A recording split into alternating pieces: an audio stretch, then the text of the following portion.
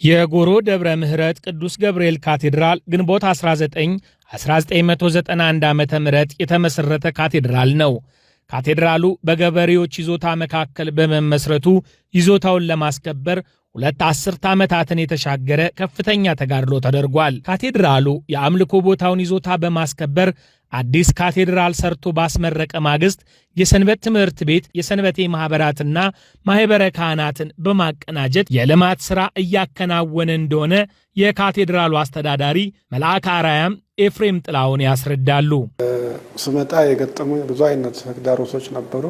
ቅዱስ ገብርኤል አምላከ ቅዱስ ገብርኤል ረድቶኝ ነገሮችን በጥበብና ከህዝቡ ጋር በመሆን ነገሮችን ፈተን ወደ ልማት ለመግባት የማመቻቸት ስራ ሰርተናል። ቦታው እንደሚታወቀው ከፍታ ላይ ያለ ቦታ ነው።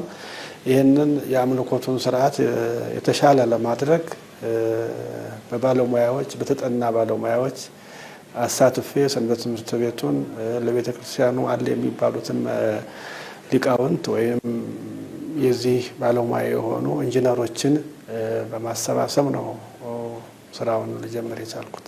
በካቴድራሉ ዘርፈ ብዙ የልማት ሥራዎች ሲሰሩ ከባለድርሻ አካላት ጋር በመግባባት ነው። ይሁንና ከይዞታ ማስከበር ጋር በተያያዘ የነበረውን ፈተና በመሻገር ዛሬ ካቴድራሉ ወደ ልማት ሥራ ሊገባ ችሏል። ቦታን ከማስከበር ዙሪያ በዙሪያ ያለው ቦታ ህጋዊ አልነበረም፣ ካርታ አልነበረውም፣ ሰነድ አልነበረም። የሚያስፈልገውን ሰነድ በመሰነድ ወደ ፍርድ ቤት የሚሄደው ወደ ፍርድ ቤት በማድረግ ካርታ እንዲሰራ አድርጌያለሁ። የገጠመኝ ነገር በቦታ ጉዳይ ከፍተኛ ጉዳይ ገጥሞኛል እንጂ በሰበካ ጉባኤ፣ በማህበረ ካህናት፣ በሰንበት ትምህርት ቤት የአቅም ማጣት የገንዘብ ማጣት ካልሆነ የፈተነኝ ሌላ የሰው ፈተና አልገጠመኝም።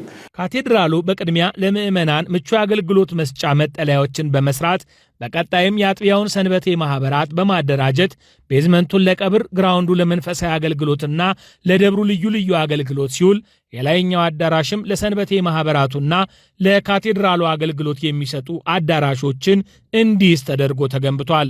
ጎሮ ደብረ ምህረት ቅዱስ ገብርኤል ካቴድራል የሚሰሩ ልማቶች ከካዝና እየወጡ ባጀት ኖሯቸው አይደለም እየተሰሩ ያሉት። እነዚህ የሚታዩት ሰፊ ልማቶች እያንዳንዳቸው የተሰሩት በዘዴና ህዝቡን በማሳመን ነው። አንደኛ መሬት ላይ የሆኑ ነገሮች ፉካ ከሆኑ መሬት ላይ ስራቸውን ጨርሰው ከመሬት ውጪ ወለል ላይ ያሉት አገልግሎታቸው ለስብከተ ወንጌል አዳራሽ እንዲሆን ህዝቡን በማሳመን የተሰራ ነው። በየቦታው ያሉት 2-3 ቦታ ላይ ያሉት እንደሱ ነውና ስለዚህ በህዝቡ ቀብሩን መሬት ላይ ሆኖ ከመሬት በላይ ያለው ለስብከተ ወንጌል አዳራሽ የሚሆንበት ነገር ነው። በተለይም ተዳፋትነት ያለውን በምዕራብ አቅጣጫ ያለውን የካቴድራሉን ግቢ ለማስፋት ከፍተኛ ወጪ በማውጣት የአንደርግራውንድ መግቢያና የላይኛውን በአውደ ምህረት በኩል ለምዕመናን መገልገያ ለመዋል በካቴድራሉ ማስተር ፕላን መሰረት ግንባታው በመካሄድ ላይ ነው። ከስር መንገድ ከላይ ስላብ ተሞልቶ ግቢ ማስፋት ነው።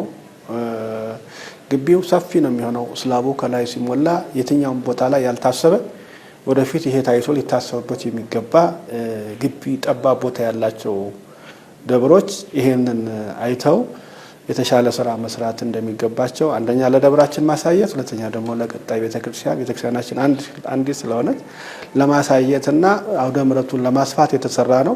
በፊት ለፊቱ ላይ የተሰራ እጅግ ዘመናዊ ስብከተ ወንጌል ፊት ለፊት ዲዛይኑ አምሮ ስራው ሰርቶ ተጠናቆ ቀለሞችና ፊኒሺንጎች ናቸው የቀሩት። እሱም ያማረና የተዋበ አድርገን እንጨርሰዋለን። እግዚአብሔር ቢፈቅድ ግንቦት ለማስመረቅ እንፈልጋለን። የጎሮ ደብረ ምህረት ቅዱስ ገብርኤል ካቴድራል በመንፈሳዊ አገልግሎት ህዝበ ክርስቲያኑን ለመጠበቅ ስብከተ ወንጌልን ጨምሮ በሌሎች አገልግሎቶች በርትቶ እየሰራ ይገኛል። በልማቱም ዘርፍ ነገን ተስፋ ብርሃን ማየት በሚያስችል የልማት ስራ ላይ የሚገኝ ሲሆን ይህም የደብሩ አስተዳደር፣ የማህበረ ካህናቱ፣ የሰበካ ጉባኤውና የሰንበት ትምህርት ቤቱ ህብረት ውጤት ነው። እንግዲህ እንደ ካቴድራላችን ማህበረ ካህናቱም የአካባቢ ወጣቶችም ሰንበት ትምህርት ቤትም እነዚህም እያንዳንዳቸው በቂ ከሚባል በላይ የራሳቸውን አስተዋጽኦ ያበረክታሉ። እነዚህን ደግሞ በየደረጃቸው አሰልፎ ወደሚፈለገው ውጤት የማብቃቱ ስራ የክቡር አስተዳዳሪያችን የመልአከ አርያም ኤፍሬም ጥላሁን ነው። እነዚህን ካላቀናጀህ ብዙ የሚበተኑ ነገሮች አሉ፣ የሚበላሹ ነገሮች አሉ። ማህበረ ካህናቱ እንደ አንድ ቃል ተናጋሪ እንደ አንድ ልብ መካሪ ናቸው። ይሄ ደግሞ የተሰራ ነው፣ ዝም ብሎ የመጣ አይደለም። ሰላም ነው፣ ፍቅር ነው፣ አንድነት ነው። ስለዚህ እሳቸው ግን በዋናነት ምእመናኑን፣ ሰንበት ትምህርት ቤቱንና ወጣቶቹን፣ ማህበረ ካህናቱን በምን አይነት ልክና ደረጃ መስራት እንዳለባቸው በጣም ጠንቅቀው ያወቁ ስለሆነ እነዚህን በልካቸው ስለያዟቸው ሁሉም የራሳቸውን አስተዋጽኦ አድርገዋል። ዋና ትኩረታቸው እነዚህን ማዋሃድ ነው። ከዛም በኋላ የሚፈለገውን የልማት ስራ ማሳለጥ ነው። ቤተ ክርስቲያን ከምድራዊ ምጽዋት በምታገኘው ገቢ መንፈሳዊ አገልግሎቱን በማጠናከር የአገልጋይ ካህናትና ቤተሰቦቻቸውን ሕይወት መቀየር እንደማትችል በመገንዘብ በዚህ ወቅት በቆርቆሮ የተሰሩ ለኪራይ አገልግሎት የዋሉ ሱቆች ጊዜውን በሚመጥን የከተማውን ማስተር ፕላን በጠበቀ መልኩ ወደ ህንፃ ለመቀየር በማሰብ ባለ 3 ወለል ህንፃ ግንባታ በማስገንባት ዛሬ ሁለተኛ ወለሉ ተጠናቆ ወደ መጨረሻው ምዕራፍ እየገሰገሰ ይገኛል። ቆርቆሮ በቆርቆሮ ሊቀጥር ስለማይገባው ወደ ዘመናዊ ፎቅ አምጥተ ነው G+3 የተባለው እሱ ነው። ፈቃድ አውጥተን ነው አሁን በሚገባው መንግስት በሚፈቅደው ፈቃድ መሰረት ነው የተሰራው። ምክንያቱም አሁን ከኮሪደር ጋር ተያይዞ እንኳን እንዳይጠጋብን በራሱ መንግስት ፈቅዶ እንዲፈቅድልን አድርገን በቀጥታ ከሱ ጋር አያይዘን እየሰራን ያለ ነው።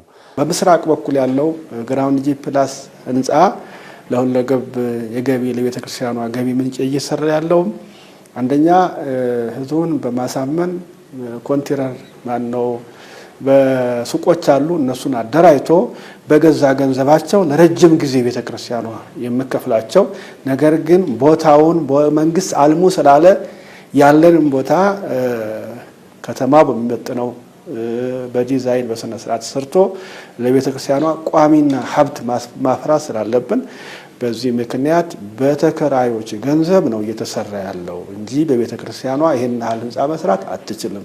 የጎሮ ደብረ ምሕረት ቅዱስ ገብርኤል ካቴድራል ከልመና የተላቀቀ መንፈሳዊ አገልግሎቱን ለማጠናከር ዛሬን የልማት ስራዎቹን በመስራት ነገን በመንፈሳዊ አገልግሎት የቤተ ክርስቲያንን ተልእኮ ለማሳካት ተስፋ በማድረግ በስራ ላይ ይገኛል።